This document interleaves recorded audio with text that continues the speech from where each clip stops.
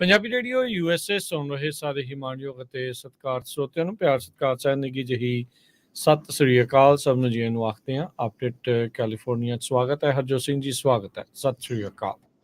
ਸਤਿ ਸ਼੍ਰੀ ਅਕਾਲ, ਧੰਨਵਾਦ ਜੀ ਆਇਆਂ ਨੂੰ। ਪੰਜਾਬੀ ਰੇਡੀਓ USA ਦੇ ਜਿੰਨੇ ਵੀ ਸਰੋਤੇ ਸਾਡੇ ਸਾਰੇ ਹੀ AM ਸਟੇਸ਼ਨਸ, FM ਸਟੇਸ਼ਨਸ, ਘਰਾਂ ਦੇ ਵਿੱਚ ਰੇਡੀਓ ਸੈਟਸ ਦੇ ਰਾਹੀਂ, ਟੈਲੀਫੋਨ ਦੇ ਰਾਹੀਂ, ਫੇਸਬੁੱਕ, YouTube ਤੇ ਲਾਈਵ ਦੇਖ ਰਹੇ ਹੋ, ਸੁਣ ਰਹੇ ਹੋ, ਸਾਰਿਆਂ ਨੂੰ ਜੀ ਆਇਆਂ ਨੂੰ ਤੇ ਬਹੁਤ ਹੀ ਪਿਆਰ ਤੇ ਸਤਿਕਾਰ ਭਰੀ ਸਤਿ ਸ਼੍ਰੀ ਅਕਾਲ। ਸਰੋਤਿਓ, ਅੱਜ ਮਈ ਦੀ 25 ਤਰੀਕ ਆ, ਦਿਨ ਵੀਰਵਾਰ ਆ। ਤੁਹਾਡੇ ਲਈ ਸ਼ਾਮ ਦਾ ਅਪਡੇਟ ਕੈਲੀਫੋਰਨੀਆ ਪ੍ਰੋਗਰਾਮ ਲੈ ਕੇ ਹਾਜ਼ਰ ਹੋਏ ਹਾਂ। ਸਾਡੇ ਅੱਜ ਦੇ ਇਸ ਪ੍ਰੋਗਰਾਮ ਨੂੰ ਸਪਾਂਸਰ ਕਰਦੇ ਨੇ ਖਾਲਸਾ ਇੰਸ਼ੋਰੈਂਸ ਏਜੰਸੀ, ਜਿਨ੍ਹਾਂ ਦੇ ਕੋਲੋਂ ਹਰ ਇੱਕ ਤਰੀਕੇ ਦੀ ਇੰਸ਼ੋਰੈਂਸ ਕਰਵਾ ਸਕਦੇ ਹੋ। ਇੰਸ਼ੋਰੈਂਸ ਬਾਰੇ ਪਤਾ ਕਰਨ ਲਈ ਕਾਲ ਕਰ ਸਕਦੇ ਹੋ 408-272-2500। ਟਿਰਕੀਅਨ ਇਮੀਗ੍ਰੇਸ਼ਨ ਲਾ ਫਰਮ, US ਇਮੀਗ੍ਰੇਸ਼ਨ ਦਾ ਹੋਵੇ ਕਿਸੇ ਵੀ ਤਰੀਕੇ ਦਾ ਕੰਮ, ਕਾਲ ਅਟਾਰਨੀ ਜੇ ਟਿਰਕੀਆਣਾ 4159090503।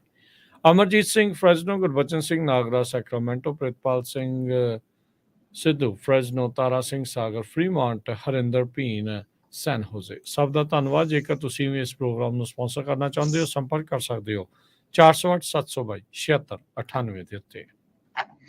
ਅੱਜ ਦੀਆਂ ਖਬਰਾਂ ਵੱਲ ਚੱਲੀਏ ਤੇ ਕੈਵਨ ਮਕਾਰਥੀ ਹੁਣੀ ਤੇ ਪ੍ਰੈਜ਼ੀਡੈਂਟ ਬਾਈਡਨ ਉਹਨਾਂ ਦੀ ਟੀਮ ਆ, ਕਹਿੰਦੇ ਪਈ ਜੋ US ਡੈਪਟ ਸੀਲਿੰਗ ਨੂੰ ਲੈ ਕੇ ਉਸ ਨੂੰ ਇਨਕਰੀਜ਼ ਕਰਨਾ, ਉਸ ਡੀਲ ਦੇ ਲਗਭਗ ਐਂਡ ਤੇ ਪਹੁੰਚ ਚੁੱਕੇ ਹੈਗੇ ਆ। ਕਹਿੰਦੇ ਪਈ ਜੋ ਗਵਰਨਮੈਂਟ ਕਿੰਨਾ ਕੁ ਮਨੀ ਉਹਨਾਂ ਦੇ ਜੋ ਡਿਸਕ੍ਰਿਸ਼ਨਰੀ ਪ੍ਰੋਗਰਾਮ ਹੁੰਦੇ, ਜਿਸ ਤਰ੍ਹਾਂ ਹਾਊਸਿੰਗ ਤੇ ਐਜੂਕੇਸ਼ਨ ਤੇ ਸਪੈਂਡ ਕਰ ਸਕਦੇ ਆ, ਤੇ ਨਾਲ ਦੀ ਨਾਲ ਦੋਨੋਂ ਸਾਈਡਾਂ $7 ਬਿਲੀਅਨ ਅਪਾਰਟ ਹੈਗੇ ਆ, ਜੋ ਕਿ $1 ਟ੍ਰਿਲੀਅਨ ਤੱਕ ਵੀ ਇਹ ਫਿਗਰ ਪਹੁੰਚ ਸਕਦਾ ਹੈਗਾ ਆ। ਤੇ ਸੋ ਇਹਦੇ ਨਾਲ ਕੁਝ ਪੋਜ਼ਿਟਿਵ ਨਿਊਜ਼ ਜ਼ਰੂਰ ਆਈ ਆ। ਹਜੇ ਫਾਈਨਲੀ ਸਾਰਾ ਕੁਝ ਨਹੀਂ ਹੋਇਆ, ਪਰ ਕਾਫੀ ਜੋ ਡੀਲ ਦੇ ਨੇੜੇ ਪਹੁੰਚਣ ਦੇ ਕਾਮਯਾਬ ਦੋਨੋਂ ਪਾਰਟੀਆਂ ਹੋ ਗਈਆਂ ਹੈਗੀਆਂ ਜੀ। ਅਗਲੀ ਜਿਹੜੀ ਹਰਜੋਤ ਸਿੰਘ ਗੱਲ ਕਰਦੇ ਜਾਈਏ, ਸੈਨੇਟਰ ਡਾਇਨ ਫਾਈਨਸਟਾਈਨ, ਉਹਨਾਂ ਦੀ ਸਿਹਤ ਨੂੰ ਲੈ ਕੇ ਉਹ ਰਿਜ਼ਾਈਨ ਕਰਨਾ ਚਾਹੀਦਾ ਆ, ਟਰਮ ਪੂਰੀ ਕਰਨੀ ਚਾਹੀਦੀ ਆ, ਉਸ ਨੂੰ ਲੈ ਕੇ UC ਬਰਕਲੀ ਇੰਸਟੀਚਿਊਟ ਆਫ ਗਵਰਨਮੈਂਟਲ ਸਟੱਡੀਜ਼ ਨੇ ਇੱਕ ਪੋਲ ਕਰਾਇਆ, ਜਿਸ ਦੇ ਵਿੱਚ ਜਿਨ੍ਹਾਂ ਵੋਟਰਸ ਨੇ ਹਿੱਸਾ ਲਿਆ ਉਹਨਾਂ ਵਿੱਚੋਂ 67% ਕੈਲੀਫੋਰਨੀਆ ਦੇ ਰਜਿਸਟਰਡ ਵੋਟਰਸ ਇਹ ਮੰਨਦੇ ਆ ਵੀ ਡਾਇਨ ਫਾਈਨਸਟਾਈਨ ਉਹਨਾਂ ਦੀ ਇਲਨੈਸ ਦੇ ਕਰਕੇ ਉਹ ਆਪਣੇ ਆਫਿਸ ਦੇ ਲਈ ਅਨਫਿਟ ਨੇ। ਇਹ ਕਹਿੰਦੇ ਵੀ ਉੱਦਾਂ ਕਹਿੰਦੇ ਵੀ ਯੂਨੀਵਰਸਲੀ ਇਹ ਟਰਾਂਸਲੇਟ ਨਹੀਂ ਕਰਦਾ ਉਹਨਾਂ ਦੇ ਰੈਜ਼ੀਗਨੇਸ਼ਨ ਨੂੰ ਲੈ ਕੇ, ਜਿਨ੍ਹਾਂ ਦੇ ਵਿੱਚੋਂ 67% ਜਿਹੜੇ ਮੰਨਦੇ ਅਨਫਿਟ ਆ, ਉਹ ਇਹ ਉਹਨਾਂ ਦੇ ਵਿੱਚੋਂ 42% ਕਹਿ ਰਹੇ ਆ ਕੁੱਲ ਵੀ ਭਾਈ ਇਹਨਾਂ ਨੂੰ ਸਟੈਪ ਡਾਊਨ ਕਰ ਦੇਣਾ ਚਾਹੀਦਾ ਆ। 27% ਕਹਿ ਰਹੇ ਆ ਵੀ ਫਾਈਨਸਟਾਈਨ ਨੂੰ ਆਪਣੀ ਜਿਹੜੀ ਟਰਮ ਆ ਉਸ ਨੂੰ ਪੂਰਿਆਂ ਕਰਨਾ ਚਾਹੀਦਾ ਹੈ। 31% ਅਜੇ ਵੀ ਅਨਡਿਸਾਈਡਡ ਦੱਸੇ ਜਾਂਦੇ ਆ। ਆਪਣੀ ਇਲਨੈਸ ਦੇ ਕਰਕੇ ਡਾਇਨ ਫਾਈਨਸਟਾਈਨ ਨੇ ਕਈ ਅਹਿਮ ਜਿਹੜੀਆਂ ਆ ਉਹ ਵੋਟਸ ਮਿਸ ਕੀਤੀਆਂ ਆ ਸੈਨੇਟ ਦੇ ਵਿੱਚ। ਇਹੀ ਨਹੀਂ, ਇਸ ਦੇ ਨਾਲ ਨਾਲ ਉਹ ਜਿਹੜੀ ਜੁਡੀਸ਼ਰੀ ਕਮੇਟੀ ਦੇ ਉੱਤੇ ਆ ਉਹਦੇ ਵਿੱਚ ਵੀ ਭਾਗ ਲੈਣ ਤੋਂ ਅਨਫਿਟ ਰਹਿ ਰਹੇ ਨੇ। ਸੋ ਇਹ ਜਿਹੜਾ 17 ਮਈ ਤੋਂ 22 ਮਈ ਦੇ ਦਰਮਿਆਨ ਸਰਵੇ ਕਰਵਾਇਆ ਗਿਆ, ਪੋਲ ਕਰਵਾਈ ਗਈ UC ਬਰਕਲੀ ਦੇ ਦੁਆਰਾ, ਤਕਰੀਬਨ 7500 ਕੈਲੀਫੋਰਨੀਆ ਦੇ ਰਜਿਸਟਰਡ ਵੋਟਰਸ ਨੇ ਇਸ ਦੇ ਵਿੱਚ ਹਿੱਸਾ ਜਿਹੜਾ ਉਹ ਲਿਆ ਸੀਗਾ। ਡਾਇਨ ਫਾਈਨਸਟਾਈਨ ਜਿਹੜੀ ਆ ਉਹ ਪੱਤਰਕਾਰਾਂ ਦੇ ਸੰਬੋਧਨ ਤਾਂ ਅਜੇ ਨਹੀਂ ਹੋ ਸਕਦੇ, ਨਾ ਹੀ ਉਹ ਹੋ ਰਹੇ ਆ, ਉਹਨਾਂ ਦੀ ਟੀਮ ਉਹਨਾਂ ਨੂੰ ਬਚਾ ਰਹੀ ਆ, ਪਰ ਜਿੱਦਾਂ ਦੀਆਂ ਤਸਵੀਰਾਂ ਉਹਨਾਂ ਦੇ ਬਾਬਤ ਉੱਥੋਂ ਵਾਸ਼ਿੰਗਟਨ DC ਤੋਂ ਆ ਰਹੀਆਂ ਆ, ਇਹ ਇੱਕ ਚਿੰਤਾਜਨਕ ਉਹਨਾਂ ਦੇ ਲਈ ਸਬਬ ਆ। ਹੁਣ ਤੱਕ ਇਹਨਾਂ ਨੇ 93 ਵੋਟਸ ਸੈਨੇਟ ਦੀਆਂ ਵੱਖ-ਵੱਖ ਮਿਸ ਕੀਤੀਆਂ ਨੇ, ਜਿਹੜੀ ਸ਼ਿੰਗਲਸ ਬਿਮਾਰੀ ਤੋਂ ਜਿਹੜੇ ਪੀੜਤ ਹੋਏ ਆ ਉਸ ਦੇ ਕਰਕੇ। ਓਥ ਕੀਪਰਸ ਦਾ ਲੀਡਰ ਜੋ ਸਟੂਅਰਟ ਰੋਡਸ ਆ, ਉਹਨੂੰ 18 ਸਾਲਾਂ ਦੀ ਸਜ਼ਾ ਦਿੱਤੀ ਗਈ ਹੈ ਕੈਪੀਟਲ ਰਾਈਟਸ ਜੋ ਹੋਏ ਸੀ ਜਨਵਰੀ 6 ਨੂੰ, ਉਹਦੇ ਸਬੰਧ ਦੇ ਵਿੱਚ।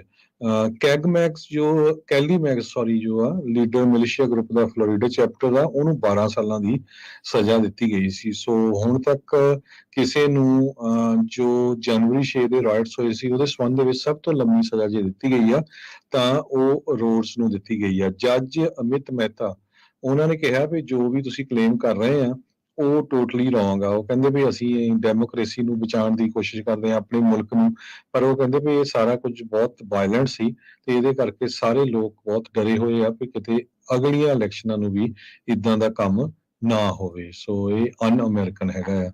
ਸੋ 18 ਸਾਲ ਦੀ ਸਜ਼ਾ ਉਸ ਕੀਪਰਸ ਦਾ ਜੋ ਹੈਡ ਆ ਉਸ ਨੂੰ ਸੁਣਾਈ ਗਈ ਆ ਜੀ।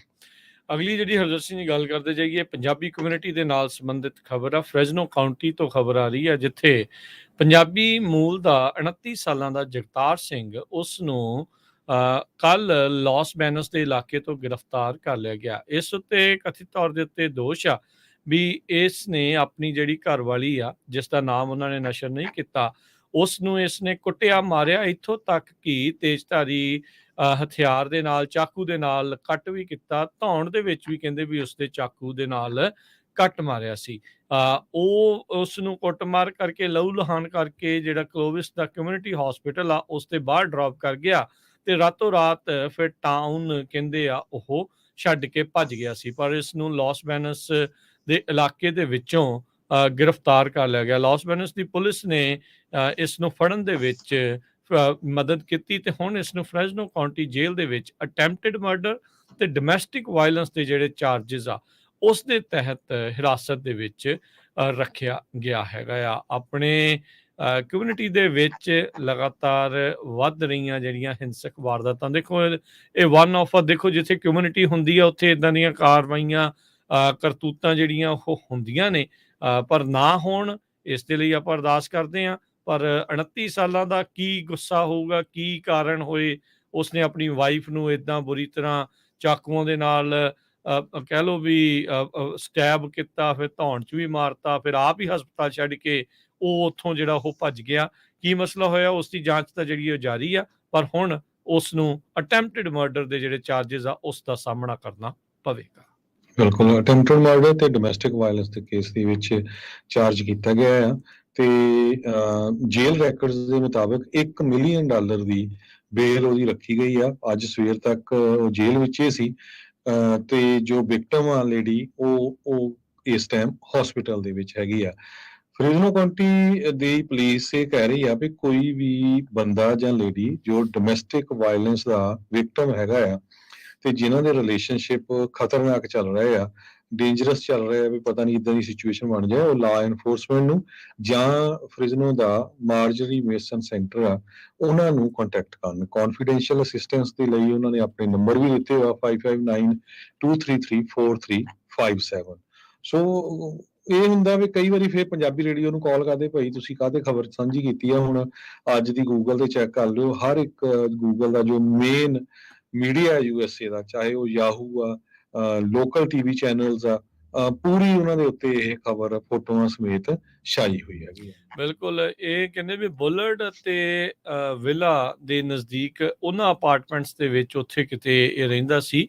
ਇਹ ਜਿਹੜਾ ਫੌਕਸ 26 ਨਿਊਜ਼ ਆ ਇਹ ਰਿਪੋਰਟ ਕਰ ਰਿਹਾ ਹੈ। ਕਲੋਵਿਸ ਪੁਲਿਸ ਡਿਪਾਰਟਮੈਂਟ ਨੇ ਦੱਸਿਆ ਵੀ ਆਪਣੇ ਕਿਚਨ ਦੀ ਇੱਕ ਵੱਡੇ ਚਾਕੂ ਦੇ ਨਾਲ ਹੀ ਉਸ ਦੇ ਉੱਤੇ ਇਸਨੇ ਹਮਲਾ ਕੀਤਾ ਹੈ। ਮਲਟੀਪਲ ਟਾਈਮਸ ਉਸ ਨੂੰ ਇਹਨੇ ਹਿੱਟ ਕੀਤਾ, ਫਿਰ ਆਪ ਹੀ ਜਿਹੜਾ ਹਸਪਤਾਲ ਦੇ ਵਿੱਚ ਡ੍ਰੌਪ ਆਫ ਕਰਕੇ ਉੱਥੋਂ ਜਿਹੜਾ ਉਹ ਦੌੜ ਗਿਆ। ਕਹਿੰਦੇ ਵੀ ਕਾਫੀ ਬੈਡਲੀ ਜਿਹੜੀ ਉਹ ਹਰਟ ਸੀ। ਉਸ ਦੀ ਸਥਿਤੀ ਕੀ ਆ ਉਸ ਦੇ ਬਾਰੇ ਅਜੇ ਇਸ ਕੁੜੀ ਦੇ ਬਾਰੇ ਨਹੀਂ ਦੱਸਿਆ ਗਿਆ ਵੀ ਉਹਦੀ ਆਪਣੀ ਸਥਿਤੀ ਜਿਹੜੀ ਉਹ ਕਿੱਦਾਂ ਦੀ ਆ। ਸੋ ਇਹ ਹੁਣ ਸਲਾਖਾਂ ਦੇ ਪਿੱਛੇ ਆ, ਅਟੈਂਪਟਡ ਮਰਡਰ ਤੇ ਜਿਹੜਾ ਅਸੌਲਟ ਆ ਤੇ ਨਾਲ ਡੋਮੈਸਟਿਕ ਵਾਇਲੈਂਸ ਦੇ ਜਿਹੜੇ ਚਾਰजेस ਆ 29 ਸਾਲਾ ਜਗਤਾਰ ਸਿੰਘ ਦੇ ਉੱਤੇ ਲਗਾਏ ਗਏ ਹੈਗੇ ਆ। ਅਗਲੀ ਖਬਰ ਸੈਨੋਜ਼ੇ ਦੇ ਇੱਕ ਸੇਫਵੇ ਸਟੋਰ ਤੋਂ ਆ ਰਹੀ ਆ। ਇੰਨੀ ਵੱਡੀ ਗਿਣਤੀ ਦੇ ਵਿੱਚ ਕੈਲੀਫੋਰਨੀਆ ਦੇ ਜੋ ਸਟੋਰ ਆ ਉਹਨਾਂ ਚੋਂ ਸਮੈਸ਼ ਐਂਡ ਗ੍ਰੈਬ ਜਾਂ ਚੋਰੀ ਹੋ ਰਹੀ ਆ। ਜਾਂ ਤਾਂ ਸਟੋਰ ਬੜੇ ਬੰਦ ਹੋ ਰਹੇ ਆ ਤੇ ਜਾਂ ਫਿਰ ਉਹ ਸ਼ਾਪ ਲਿਫਟਿੰਗ ਨੂੰ ਕੰਟਰੋਲ ਕਰਨ ਲਈ ਨਵੇਂ ਤਰੀਕੇ ਵਰਤ ਰਹੇ ਹੈਗੇ ਆ। ਕਹਿੰਦੇ ਭਈ ਇੰਨਾ ਸੈਡ ਤੇ ਸਟੇਟ ਆਫ ਸੁਸਾਇਟੀ ਹੈਗੀ ਆ ਇੱਕ ਕ੍ਰਿਸ ਬੌਂਗ ਸੈਨੋਜ਼ੇ ਦੇ, ਵੀ ਲੋਕ ਆਉਂਦੇ ਆ ਆਪਣਾ ਜੋ ਕਾਰਟ ਹੁੰਦਾ ਭਰਦੇ ਆ ਤੇ ਭਰ ਕੇ ਸਿੱਧੇ ਚੁੱਪ ਕਰਕੇ ਚਲੇ ਜਾਂਦੇ ਆ ਬਿਨਾਂ ਕਿਸੇ ਪੈਸੇ ਦਿੱਤੇ ਤੋਂ। ਸੋ ਹੁਣ ਸੇਫਵੇ ਵਾਲਿਆਂ ਨੇ ਐਂਟਰੈਂਸ ਜਿਹੜੀ ਆ ਉਹ ਸਿਰਫ ਐਂਟਰੈਂਸ ਹੀ ਬਣਾਈ ਆ ਤੇ ਐਗਜ਼ਿਟ ਸਿਰਫ ਇੱਕ ਡੋਰ ਰੱਖਿਆ ਹੈਗਾ ਜਿੱਥੋਂ ਉਹਨਾਂ ਦਾ ਸਾਰਾ ਚੈੱਕ ਆਊਟ ਹੋਊਗਾ, ਆਇਲ ਜੋ ਹੋਊਗਾ, ਤੇ ਫੈਂਸ ਉਹਦੇ ਆਲੇ ਦੁਆਲੇ ਲਾਈ ਆ ਤੇ ਉੱਥੇ ਜੋ ਉਹਨਾਂ ਨੇ ਕਈ ਸਿਕਿਉਰਿਟੀ ਗਾਰਡਸ ਆ ਉਹ ਖੜੇ ਕੀਤੇ ਆ। ਸੋ ਹੁਣ ਦੇਖੋ ਵੀ ਸਟੋਰਾਂ ਦਾ ਐਕਸਪੈਂਸ ਵੀ ਵਧਣਾ ਹੈ ਇਸ ਕੰਮ ਦੇ ਬਿਲਕੁਲ। ਲਈ, ਸੋ ਨੈਚੁਰਲੀ ਉਹ ਸਾਰਾ ਸਭ ਕੁਛ ਉਹ ਆਪਣੇ ਉੱਤੇ ਹੀ ਆਣਾ, ਕਿਉਂਕਿ ਸਟੋਰਾਂ ਨੇ ਫਿਰ ਪ੍ਰਾਈਸਿਸ ਵਧਾਉਣੀਆਂ ਆ ਤੇ ਉਹ ਆਮ ਲੋਕਾਂ ਨੂੰ ਦੇਣੀਆਂ ਪੈਣੀਆਂ ਹੈਗੀਆਂ। ਸੋ ਜੋ ਇਸ ਸਟੋਰ ਦੇ ਮੈਨੇਜਰ ਆ, ਉਹਨਾਂ ਨੇ ਇਹ ਕਿਹਾ ਵੀ ਅਨਫੋਰਚੂਨੇਟਲੀ ਸਾਨੂੰ ਹੁਣ ਇਦਾਂ ਦਾ ਕੰਮ ਕਰਨਾ ਪਿਆ ਆ, ਪਰ ਪੁਲਿਸ ਵੀ ਕੁਛ ਨਹੀਂ ਕਰਦੀ। ਜੇ $950 ਤੋਂ ਥੱਲੇ ਹੈਗਾ ਤਾਂ ਪੁਲਿਸ ਆਂਦੀ ਨਹੀਂ ਹੈਗੀ, ਤੇ ਜੇ ਆਂਦੀ ਵੀ ਆ ਤਾਂ ਉਹ ਕਹਿੰਦੇ ਅਸੀਂ ਇਹਨਾਂ ਨੂੰ ਚਾਰਜ ਨਹੀਂ ਕਰ ਸਕਦੇ।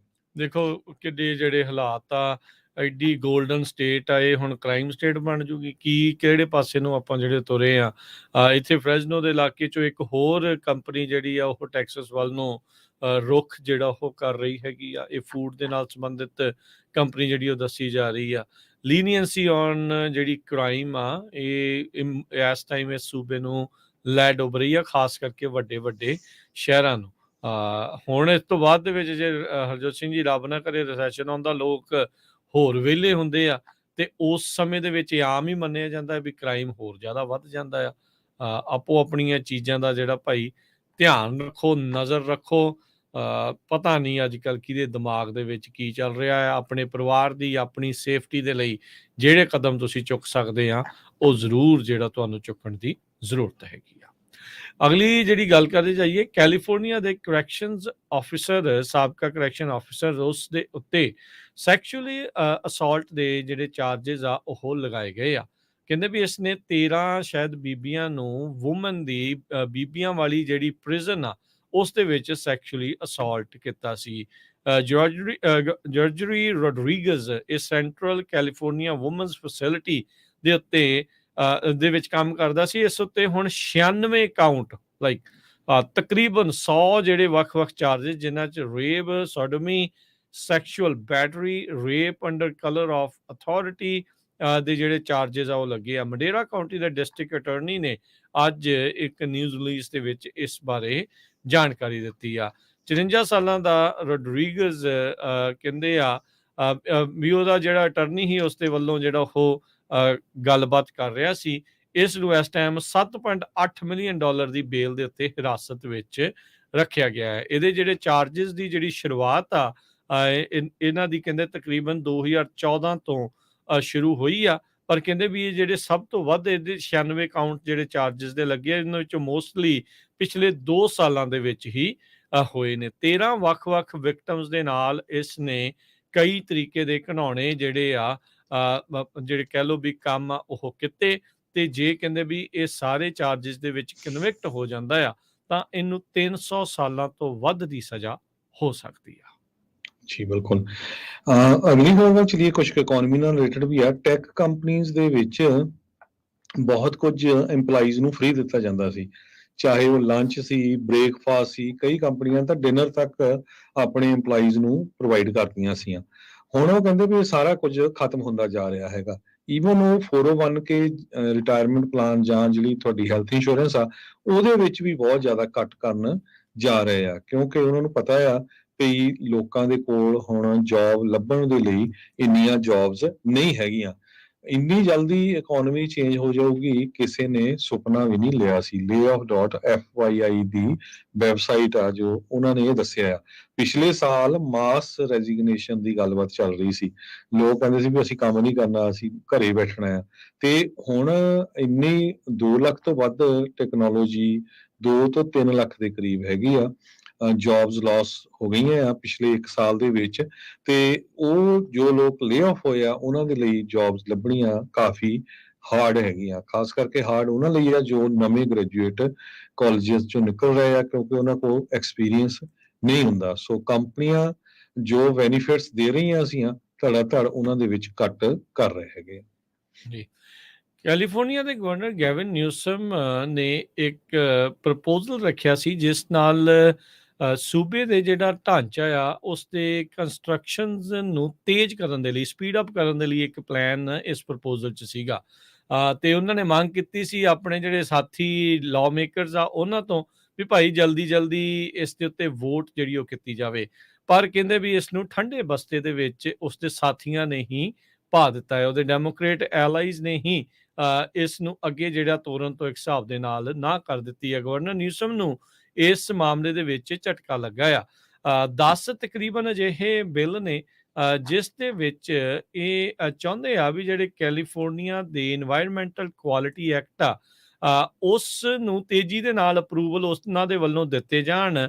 ਜਿਹੜੇ ਇਨਫਰਾਸਟ੍ਰਕਚਰ ਦੇ ਕੁਝ ਜਿਹੜੇ ਪਲਾਨਸ ਆ ਉਹਨਾਂ ਨੂੰ ਤੇਜ਼ੀ ਨਾਲ ਖਤਮ ਕਰਨ ਦੇ ਲਈ ਇੱਕ ਜਿਹੜੀ ਸੈਨੇਟ ਬਜਟ ਕਮੇਟੀ ਆ ਉਸਨੇ ਯੂਨੈਨਿਮਸਲੀ 3-0 ਵੋਟ ਦੇ ਨਾਲ ਇਹ ਕਿਹਾ ਵੀ ਕੈਲੀਫੋਰਨੀਆ ਦੇ ਗਵਰਨਰ ਨਿਊਸਮ ਦਾ ਇਹ ਜਿਹੜਾ ਪੈਕੇਜ ਆ ਬਹੁਤ ਹੀ ਜ਼ਿਆਦਾ ਕੰਪਲੈਕਸ ਆ, ਗੁੰਝਲਦਾਰ ਆ ਤੇ ਅਖੀਰਲੇ ਮਿੰਟ ਇਸ ਦੇ ਉੱਤੇ ਕੰਸੀਡਰ ਕਰਨਾ ਲੈਜਿਸਲੇਟਿਵ ਡੈਡਲਾਈਨਸ ਦੇ ਨਾਲ ਕੰਮ ਔਖਾ ਹੋਊਗਾ।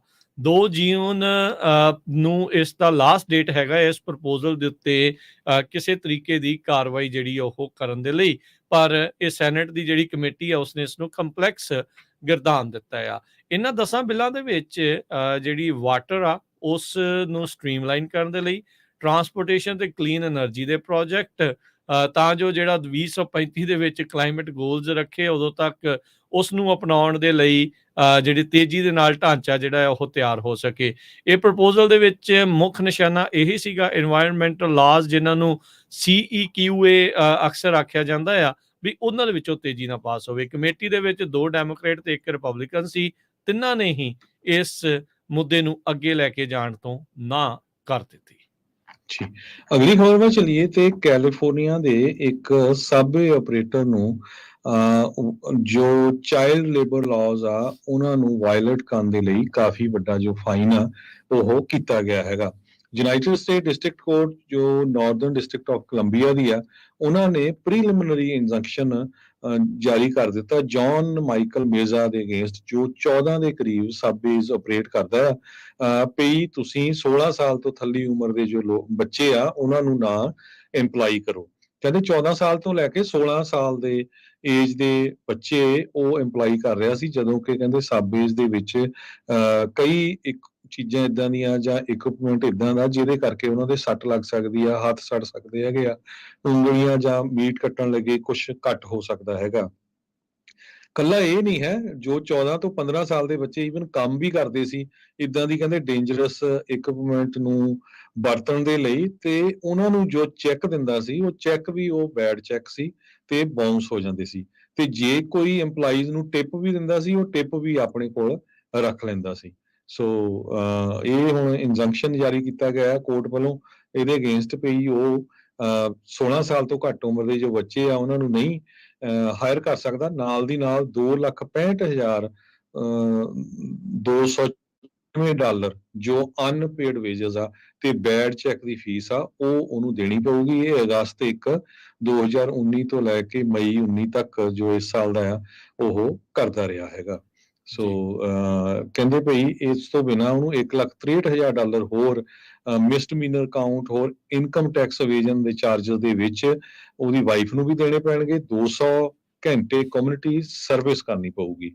ਸੋ ਇਹ ਕਹਿੰਦੇ ਵੀ ਟੈਕਸ ਹੀ ਨਹੀਂ ਫਾਈਲ ਕੀਤਾ ਉਹਨੇ 2004 ਤੋਂ ਲੈ ਕੇ 2007 ਤੱਕ। ਜੀ ਸੈਨ ਫਰਾਂਸਿਸਕੋ ਇੰਟਰਨੈਸ਼ਨਲ 에ਅਰਪੋਰਟ ਦੇ ਉੱਤੇ 2 ਜਿਹੜੇ ਜਹਾਜ਼ ਜਿਨ੍ਹਾਂ ਨੇ ਉਤਰਨਾ ਸੀ ਉਹਨਾਂ ਨੂੰ ਅਖੀਰ ਦੇ ਵਿੱਚ ਆਪਣੀ ਜਿਹੜੀ ਲੈਂਡਿੰਗ ਆ ਉਸ ਨੂੰ ਰੋਕਣਾ ਪਿਆ, ਅਬੋਰਟ ਕਰਨਾ ਪਿਆ, ਕਿਉਂਕਿ ਜਿਹੜੇ ਸਾਊਥ ਵੈਸਟ ਦਾ ਇੱਕ ਜਿਹੜਾ ਜੈਟ ਆ ਉਹ ਉਹਨਾਂ ਦੇ ਰਨਵੇ ਦੇ ਉੱਤੇ ਟੈਕਸੀ ਕਰ ਰਿਹਾ ਸੀਗਾ। ਇੱਦਾਂ ਦੇ ਜਿਹੜੇ ਇਨਸੀਡੈਂਟ ਪਿਛਲੇ ਕੁਝ ਮਹੀਨਿਆਂ 'ਚ ਬਹੁਤ ਜ਼ਿਆਦਾ ਹੋਏ ਆ।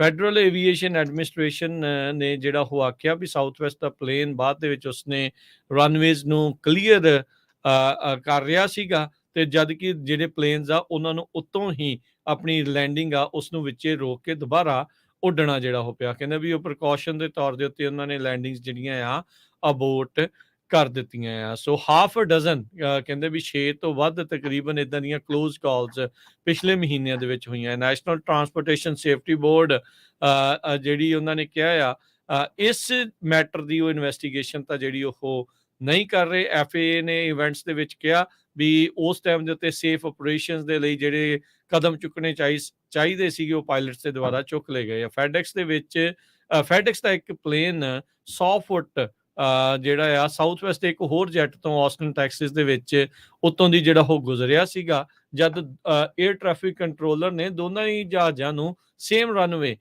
ਵਰਤਣ ਦੀ ਜਿਹੜੀ ਇਜਾਜ਼ਤ ਆ ਉਹ ਦੇ ਦਿੱਤੀ ਸੀ। ਇਹ ਫਰਵਰੀ ਦੇ ਵਿੱਚ ਵਾਪਰਿਆ ਸੀਗਾ। ਸੋ ਇੱਕ ਵਾਰੀ ਇੱਕ ਦਾ ਜਿਹੜਾ ਵਿੰਗ ਆ ਦੂਜੇ ਦੇ ਰਡਰ ਕੇ ਦੂਜੇ ਜਹਾਜ਼ ਦੇ ਵਿੱਚ ਵੀ ਜਿਹੜਾ ਉਹ ਵੱਜਿਆ ਸੀਗਾ। ਸੋ ਭਾਈ ਅੱਜ ਕੱਲ੍ਹ ਧਿਆਨ ਦੇ ਨਾਲ ਜਿਹੜਾ ਉਹ ਚੱਲਣ ਦੀ ਜ਼ਰੂਰਤ ਆ। ਏਅਰ ਟ੍ਰੈਫਿਕ ਕੰਟਰੋਲਰਸ ਦੇ ਲਈ ਵੀ ਇੱਦਾਂ ਦਾ ਕੰਮ ਕਰਨਾ ਹੈ ਤਾਂ ਚਲੋ ਇਹ ਕਾਫੀ ਔਖਾ ਕੰਮ, ਕਿਤੇ ਨਾ ਕਿਤੇ ਕੋਈ ਗੜਬੜ ਹੋ ਜਾਂਦੀ ਆ, ਹੋਪਫੁਲੀ ਜਾਨਲੇਵਾ ਨਾ ਸਾਬਤ ਹੋਵੇ। ਜੀ, ਆਪਾਂ ਸਟਾਕ ਮਾਰਕੀਟ ਦੀ ਗੱਲ ਕਰਨੀ ਆ ਤੇ ਨਾਲ ਦੀ ਨਾਲ ਦੱਸਦੀ ਜਾਈਏ ਜਰਮਨ ਦੀ ਇਕਨੋਮੀ ਆਲਰੇਡੀ ਰਿਸੈਸ਼ਨ ਦੇ ਵਿੱਚ ਐਂਟਰ ਹੋ ਗਈ ਆ। ਇਨਫਲੇਸ਼ਨ ਦੇ ਨਾਲ ਕੰਜ਼ਿਊਮਰਸ ਦੇ ਉੱਤੇ ਬਹੁਤ ਵੱਡਾ ਅਸਰ ਪਿਆ ਆ। ਇੰਟਰਨੈਸ਼ਨਲ ਮੋਨਿਟਰੀ ਫੰਡ ਨੇ ਇਹ ਕਿਹਾ ਕੱਲਾ ਜਰਮਨ ਨਹੀਂ, ਇੰਗਲੈਂਡ ਵੀ ਯੂਰਪ ਦੇ ਮੁਲਕਾਂ ਦੇ ਵਿੱਚੋਂ ਦੋਨੋਂ ਮੁਲਕ ਇਸ ਟਾਈਮ ਰਿਸੈਸ਼ਨ ਦੇ ਵਿੱਚ ਐਂਟਰ ਕਰ ਗਏ ਹੈਗੇ ਆ।